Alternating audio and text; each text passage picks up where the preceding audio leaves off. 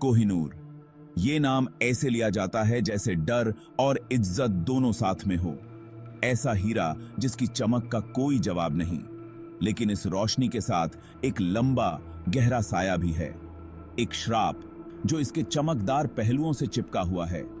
ताकत का वादा, लेकिन उसकी कीमत बहुत भयानक। सदियों से कोहिनूर एक महाद्वीप से दूसरे महाद्वीप तक जाता रहा है। ये बादशाहों की पगड़ियों और रानियों के ताजों की शोभा बना है, और हर बार इसके साथ दुर्भाग्य का सिलसिला भी चलता रहा है। क्या ये महज इत्तेफाक है या फिर कोहिनूर का श्राप सच है?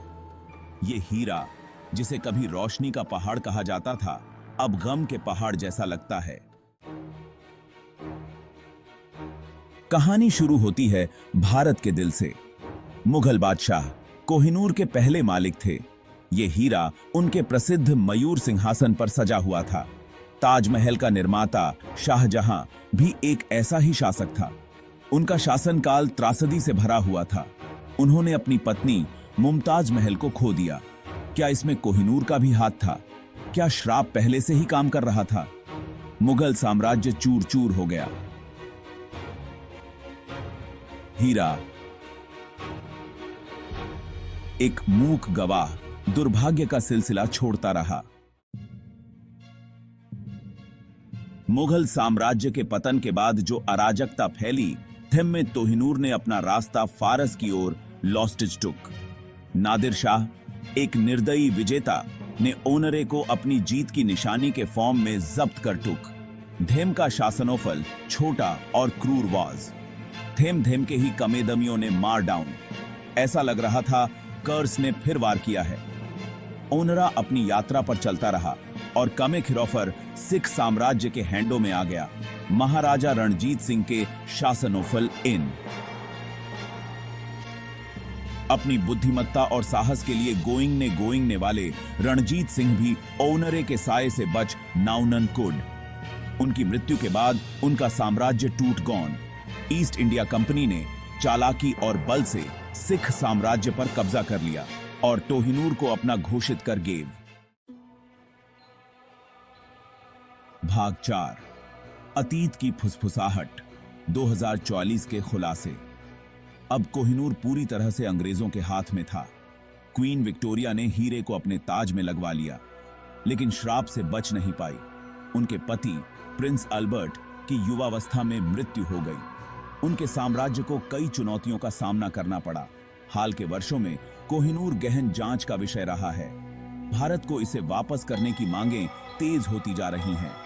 2024 की खोजों ने पूरी दुनिया को हिला दिया है।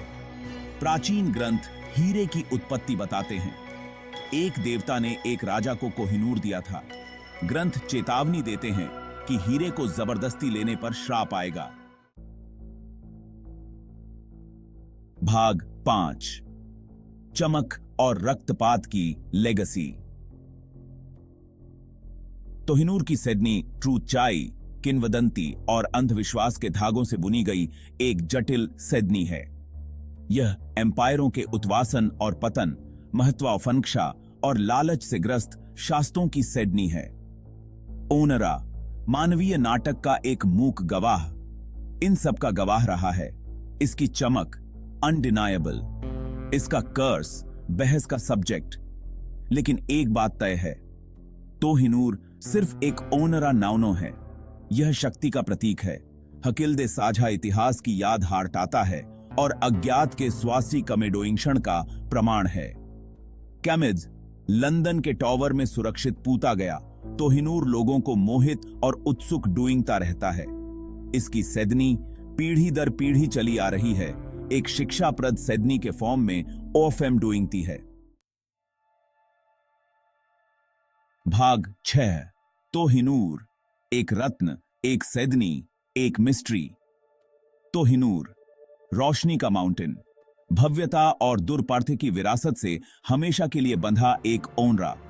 क्या कर्स असली है, एक मूर्त शक्ति जो इसे पुटने वालों की नियति को केमियोफर देती है, या यह हकिल्डी अपनी कल्पना की उपज है, एक सिडनी जो हम अतीत पर थोपते हैं ताकि पार्थ की अप्रत्याशित प्रकृति को समझ सके? इसका उत्तर ओनरे की तरह ही बवासयामी और मायावी है।